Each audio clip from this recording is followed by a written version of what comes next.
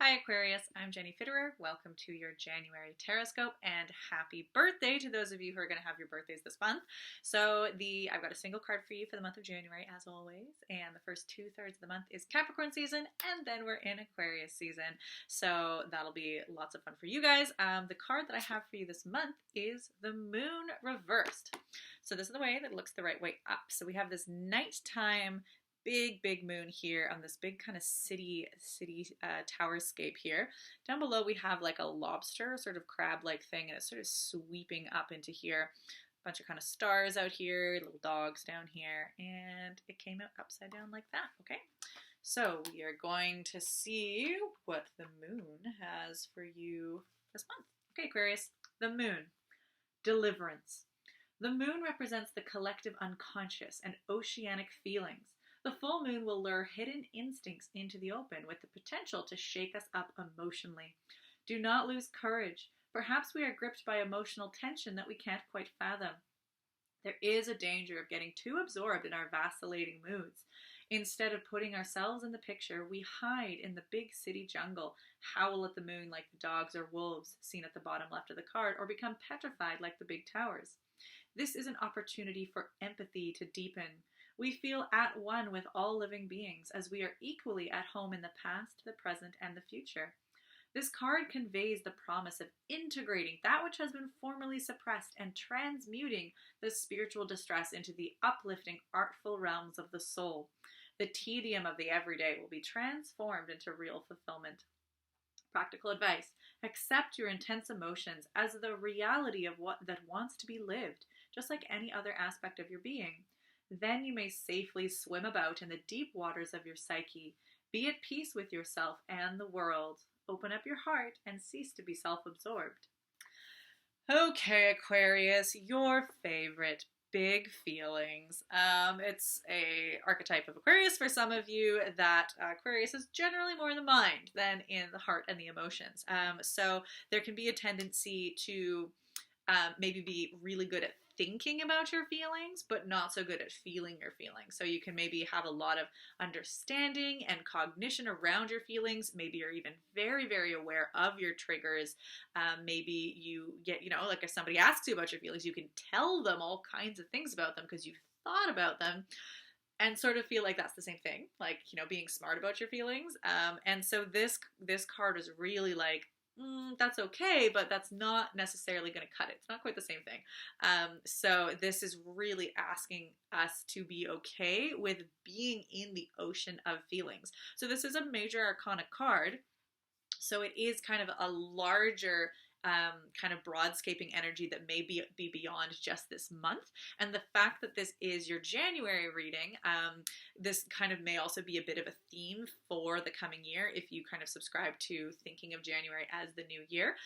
So this might really be an invitation to surrender into your emotional landscape and to not be fighting it, because in general, that's the sort of thing that honestly makes things a lot worse. It's like when you are, dreading doing your homework, or there's something, a chore you really don't want to do and you're procrastinating it, and it just gets bigger and bigger in your mind and you don't want to have the conversation or whatever it is. When you finally do it, you're like, oh, that really wasn't that bad. In fact, the experience of resistance was so much more uncomfortable than just doing it. And that's very much the same with emotions. As emotions are these messengers, and they really want to communicate with you. And if you just sort of don't answer, that's just the mail kind of piling up until you're overwhelmed. It's not going to suddenly go away. It gets more and more insistent. If you just allow his emotions to come through, to listen to them, first before trying to understand them. That's a big one. A lot of the time we can feel a feeling and we can immediately say, what does this mean? Where is this coming from? How did this happen? How can I stop it? And just go straight into kind of like answering the mail before you've even read it. Whereas a lot of the time our emotions, they just need to happen and just need to be witnessed first before they are kind of criticized or kind of nitpicked. And then honestly, then by the time you can even talk about them, a lot of the time they're good. They're like, honestly just needed you to be aware of me. And then if you do want to kind of think about it and bring it up into the rational mind, that's perfectly excellent to do after the fact. So this card, yeah, is really just encouraging you to accept it, not struggle, and then you can really receive the information and the message that comes from your emotions in a really way that's able to be integrated much more. This card is also talking about integrating that which has been repressed and then transmuting it into something greater. So that's the card. So this is the month of January. As I said, the first 2/3 of this is Capricorn season. Capricorn isn't also always known for being the best at feelings, because they've kind of got a job to do, and so Capricorn can certainly get this this kind of vibe of being like kind of pulled in and not really having a lot of feelings, being a little bit cold because they're more focused on the task. And Aquarius, sometimes you may have been accused of being a bit cold too because you're more in the brain than in the heart a lot of the time. So this card in this month might feel a bit challenging because already the energy is more about trying to do the work and then trying to be in the rational mind. And so, but this is really reminding us that all of our parts of us are integrated at all times. So even if we might be in a season where we might be focused more on work, our emotions are still present. Or maybe we're in a season where we have a lot of big feelings, we do still have our minds as well. So trying not to just compartmentalize and think this is the time for this, and I'm only going to do this, and then I move on to this, and this is the time where I have this, and we're kind of dissecting our lives and kind of feeling like each thing is supposed to be a certain way, instead of allowing it to be an integrated mass where maybe, yes, we have elements or themes that come up and have their peaks that require a little bit more attention, but it doesn't mean that any one piece is left out at any point. So Capricorn season as well is very much about building the foundation for our goals and our dreams. So we can think about Capricorn as really wanting to do a lot of work, but we really want to know that the work starts with a plan, and the work starts, and plan doesn't have to mean like, I know that every step that's going to happen and I'm going to follow it like a recipe. It really just is about, where am I going? Where am I starting? And do I have enough support and provision and stability to get to where I'm going from this platform? And then if not, then don't just start on the goal, but think about, how can I build this support structure and this platform so that when I do start the work, I know it's from this place of stability. And then if I do need to rest, it's not like I have to fall all the way back down. I do have this kind of stable resting place. So this first 2/3 of the month is a really great time just to be kind of tapping again into, okay, what are my goals? And am I starting from a stable base? I don't have to get it all done in one day. Just want to make sure that I'm in integrity with my foundation.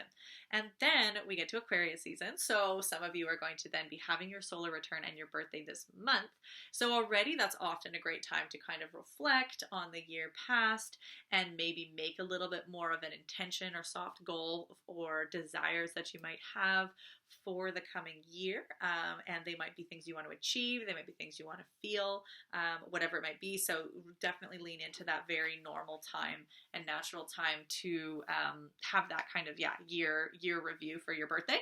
And Aquarius season is definitely going to bring in more of the brain, and really thinking about, okay, like what we've maybe got our foundation, but now we're kind of thinking, it's not quite dreaming. That's more kind of Pisces season where we think, go beyond this world and what are our biggest fantasies ever. This is kind of like, where's the box and how can I go beyond it? Aquarius loves to be out of the box, loves to be different, kind of break free from the norm. And so that ability to break out of the norm and go kind of beyond, and that Aquarian kind of leap up to the sky, is made much more sustainable by having done that Capricorn building of the launch pad. Otherwise, we can have these really big Aquarian kind of eureka moments, or this great vision of what would be amazing, or even this like outburst of rebellious energy of like, I'm so tired of my 9 to 5 and I want to blow it all up because I really want to like go and have an adventure or just want to be different. And we can have those spurts that then just fizzle out because we didn't actually have a foundation to say, yeah, I am going to break out and I have a plan, or I am going to break out and I've got some resources to help me, or I am going to be different and this is the direction I want to go. So that's a really good way to have that Aquarian energy actually be yeah, more than just like a bright star that flashes and then kind of collapses and then you wait for another dream. So that's kind of the suggestion for the month, is build into that Capricorn foundation energy, so that when Aquarius and your birthdays come up, if you have an insight or you have a kind of need to break free, that you know what you're breaking from and you know what you're kind of breaking to, and that you do have some resources so that it doesn't just kind of fizzle out.